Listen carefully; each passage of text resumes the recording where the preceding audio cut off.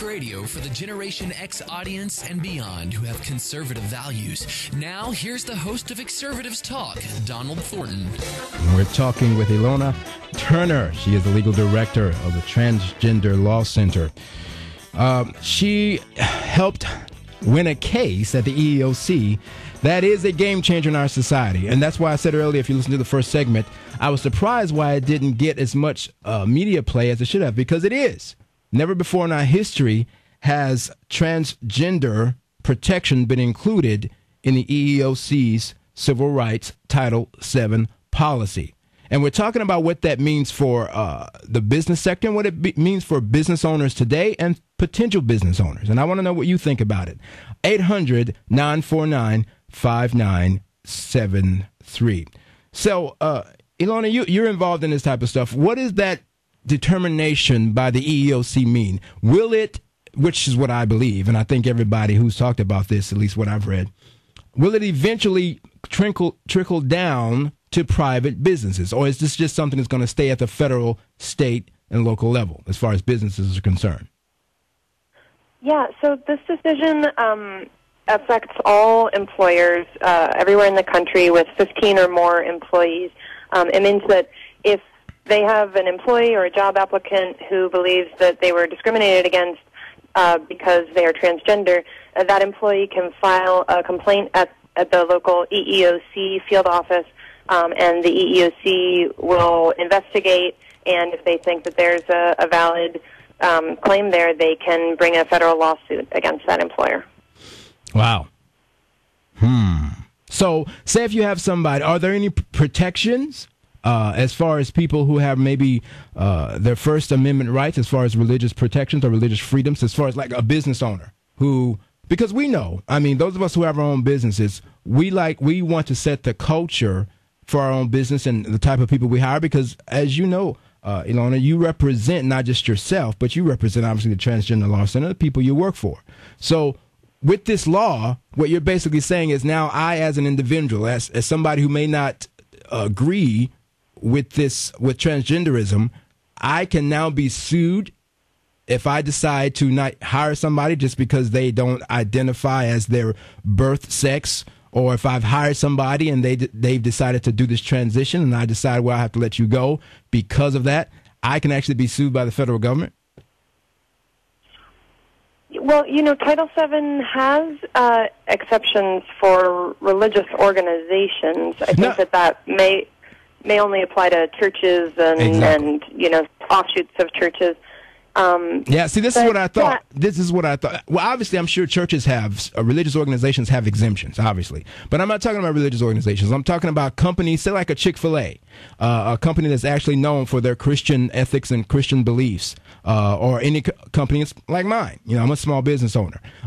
If I decide, for whatever reason, if a guy comes and applies to my small business and he applies as a man, he doesn't tell me that he's transitioning from a man to a woman. But in the process of me hiring him, I check him out. He's fine. He looks like he's a good fit for my business. But all of a sudden, in the middle of that process, that hiring process, he tells me, oh, by the way, I'm transitioning from a man to a woman. Or I like to come to work sometimes dressed as a female. And I go back and I say, well, I'm sorry, you wouldn't fit the culture of this company. You're telling me I can now be sued because of that? Well, Title VII already prohibited discrimination based on religion, so that's already been the law since the 1960s. Right, so I don't think that is any different now. Right, but I don't think you answered my question. What I'm saying is, as a person, okay, in the business sector, not a religiously affiliated business, not somebody who's connected to a Catholic church or evangelical or Protestant church, just as a person who is a Christian business owner, or just because, you know, I just don't want somebody who represents my business, a man who coming to work dressed as a female as an employee. Can I be sued by the EEOC or by that person because I decided that's not the type of person I want to be an example for my business? Can I be sued? You can. I mean, there's a lot of people who feel that way. There's a whole lot of discrimination and prejudice against transgender people, and that's why we exist, the Transgender Law Center. frankly. And that's why this ruling is so important, because a lot of people out there feel uncomfortable when other people don't fit narrow gender stereotypes, and the EEOC has confirmed that that is not acceptable any longer under the law. See, that exactly. 800-949-5973. This is the point that I've been trying to get to. This is why I think this is such a landmark case. And again, I'm so surprised that it hasn't gotten much play, because it is a huge victory for the LGBT community, is it not? It absolutely is. It is a huge victory. Yeah. And not only that, I think it is a huge setback for those of us like yours truly who believes that I should have the right to set the culture in my company. Now you're saying this only applies to people who have companies of 15 employees or more, correct? That's right. That's right. And the point I was trying to make earlier is that Title VII has prohibited discrimination based on religion going back to the 1964 Civil Rights Act. So you or any business owner who has a particular religious belief is not allowed anyway under the the pre-existing law, not allowed to discriminate against employees who don't share that religious belief or who you might not think fits your ideas of moral values under those religious beliefs. That religious clause has to do with whether that person is a Jew or a Muslim or a Christian or a Sikh or any other type of religion. That's what that religious clause has to do with. It has nothing to do with my religious beliefs as far as transgender or homosexuality is concerned. But my point is, Ilona, I think this is a very, very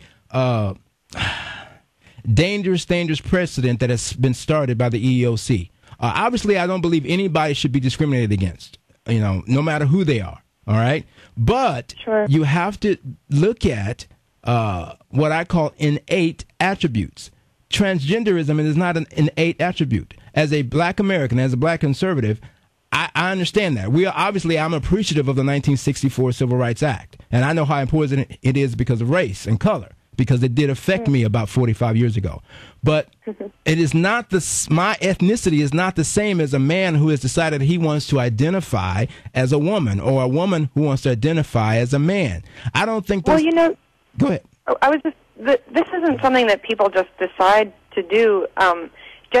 Everybody has a gender identity, which is your innate, deeply felt understanding of yourself as a man or a woman. So your gender identity is male, I assume, and my gender identity is female. And you and I are lucky because our gender identity matches the sex that we were assigned at birth, a boy or a girl. But for transgender people, they grow up their whole lives feeling like there's a mismatch there, that they may have been assigned male at birth, but they feel inside like a woman. And when they grow up, they have a chance to do something about it, and some people go through a transition to become, on the outside, the gender that they've always felt like on the inside. It's not something that people take lightly. Nobody would intentionally take on the kind of discrimination and prejudice that so many people feel against the transgender community. 800-949-5973. I want to know if you agree with Ilona, or do you think this is something like I believe this is a huge, huge step in the wrong direction for our country? 800-949-5973. All right, let's go to the calls. Let's take some calls. Let's see. Let's take Jerome first. Jerome, welcome to Conservatives Talk. Let me know what you are thinking, sir.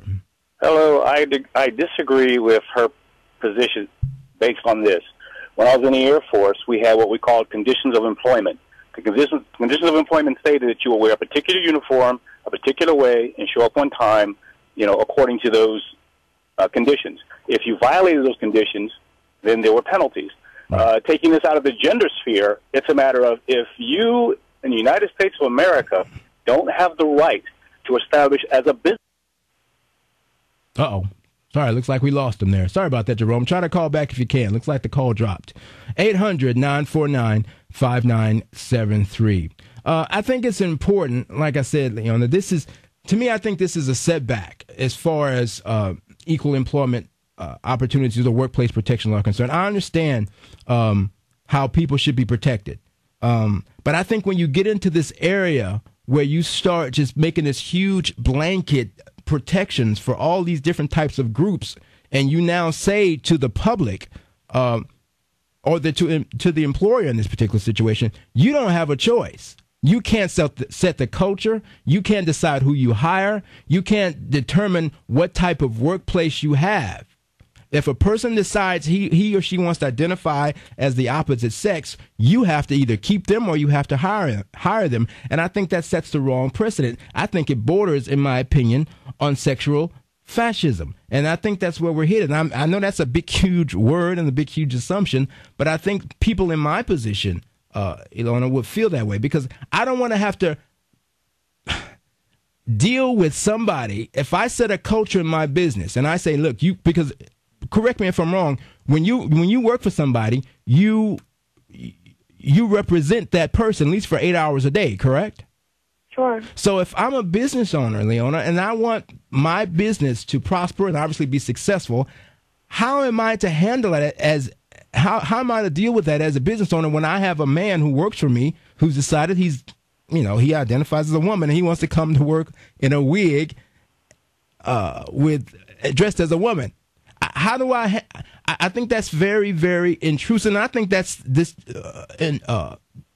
I think that's invading my rights as an individual. Let's get Jerome back. Looks like we lost him. I want him to finish his point real quick. Jerome, you there? Yes. All right. Sorry about that. I don't know what happened. We lost you there. Yeah, I don't know at what point I was dropped, but I concur with the last statement you made, in as much as I spent 15 years in the United States Air Force where there were conditions of employment as far as uniform, right, hairstyle, haircut. You, as a business owner, should at least have the same rights and privileges that the government has in choosing its conditions of employment. It's not about gender. It's about whether or not you, as a business owner, you as an entrepreneur, have the right to choose and decide how it is your employees, as you said, will represent your company. And as far as I'm concerned, transgenderism actually crosses over and overlaps into the attitude of gay marriages. There are certain specifics that are physical in nature that if you violate those, then you're going to bring upon yourself certain negative commentaries and negative connotations. Again, though, that aside, why don't you have the right as a business owner to prosper in a fashion that you deem fit according to what your company represents based on your conditions of employment? I can tell a guy, I don't like the tattoos, they're not a good fit for my company, you right, cover them up, or you can't work for me. I don't like the way your hair is styled. And he's going, well, I'm going to take you and sue you because the government protects my rights to misrepresent your company. When you think about it. And the government shouldn't be stepping in on that. The government should allow, to a degree. Right, to a degree. You the freedom to express yourself as a business owner by those individuals that are expressing themselves in your employ. So, Jerome, I appreciate that. Thanks for those sentiments. 800-949-5973. And I can't help but agree with him. I mean, when we, as business owners, he used the federal government as, for example, you don't decide what uniform you want to wear, how you want to wear the uniform, how you want to cut your hair. The federal government, especially if you're in the military, they tell you how to have your hair, what uniform you're going to wear, how to wear your stripes and things of that sort. But what's happened, unfortunately, is because now we've become such a rights industry that it's all about protecting what we deemed a minority in our society. And I think we're going down a slippery slope, Ilona. And I know you disagree because obviously for what you do, but I don't understand how you don't see that. I mean, at your company, don't you have certain guidelines that you have to adhere to? Absolutely, and businesses are still free to have dress codes and grooming standards. All this means is that they have to let employees comply with the men's dress code or the women's dress code according to that employee's gender identity, not the employer's view of whether they ought to identify as a man or a woman. Do you not realize, I'm sorry, but how fascist and how ridiculous that sounds? We have to now, all the HR departments, and like I said, when I saw this, I was reading over all the HR websites and what they were talking about, because obviously they follow this stuff, and they were talking about now how they have to change all their rules. Now they have to make sure some of them are saying they have to have unisex bathrooms now. They have to make sure they have policies that are flexible. Apparel or flexible is one comment I saw. Apparel flexible, meaning if the guy wants to come dressed as a man one day, he can. If he wants to come dressed as a woman the next day, he should be able to. And to be protected by that. And what type of stress does that put on a company? Not only the company, but the other employees within that company.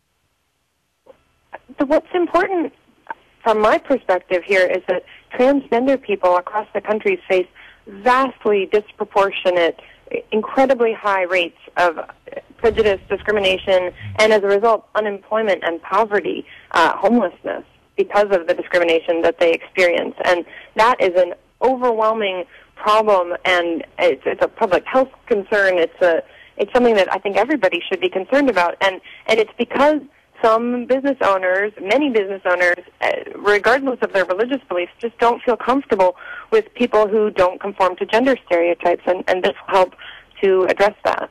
800-949-5973. All right, we're coming up on a hard break. We'll be taking more of your calls when we come right back.